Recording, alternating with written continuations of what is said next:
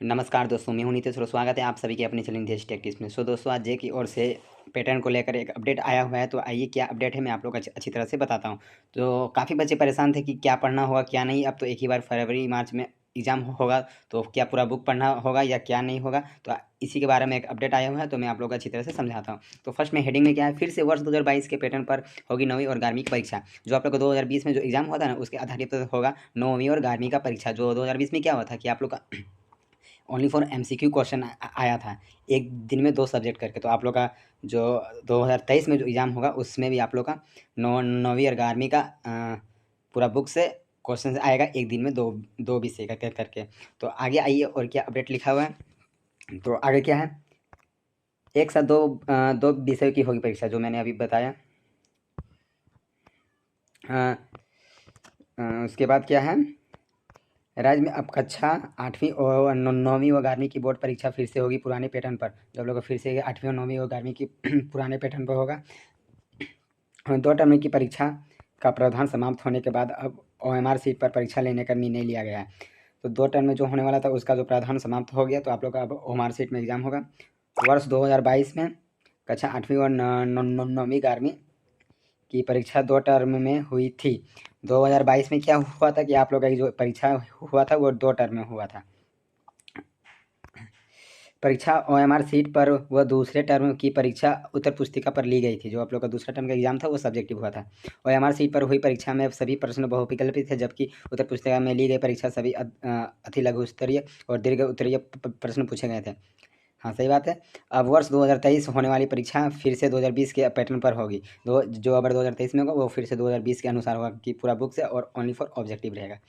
ज्ञात हो कि कोरोना के कारण वर्ष 2021 में परीक्षा नहीं हुई थी। सही बात है, तो कोरोना के कारण 2021 में परीक्षा नहीं हुई थी। 2022 में बदले हुए पैटर्न पर परीक्षा हुई थी। अब 2023 में फिर से 2020 की पैटर्न पर परीक्षा होगी। कक्षा 9वीं में एक साल 2 विषयों की परीक्षा ली जाएगी। मतलब 9वीं कक्षा में एक साथ 2 विषयों की परीक्षा ली जाएगी। कक्षा 9वीं में अब गणित व विज्ञान, हिंदी व अंग्रेजी और सामाजिक और विज्ञान व अतिरिक्त विषयों की परीक्षा एक साथ होगी। आप लोग का जो 9वीं कक्षा की जो एग्ज़ाम होगा, गणित और विज्ञान एक साथ होगा, हिंदी और अंग्रेजी एक साथ होगा, और सामाजिक विज्ञान व अतिरिक्त जो विषय बचेगा वो एक साथ होगा।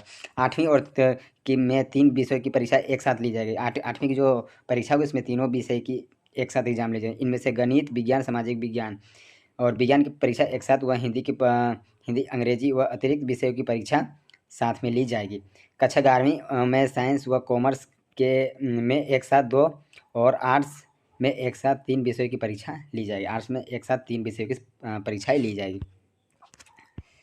तो अगर क्या यहाँ पर क्या है कि जारी होगा मॉडल प्रश्न पत्र। आप लोग का मॉडल प्रश्न भी इस बार बहुत आने वाला था, लेकिन नहीं आ पाया। तो आप लोग का जो एग्ज़ाम कैंसिल हो गया, तो आप लोग का तो सेट आएगा नहीं। तो अगर आप लोग का जो फरवरी मार्च में एग्ज़ाम होगा उस टाइम आप लोग का मॉडल सेट जारी होगा।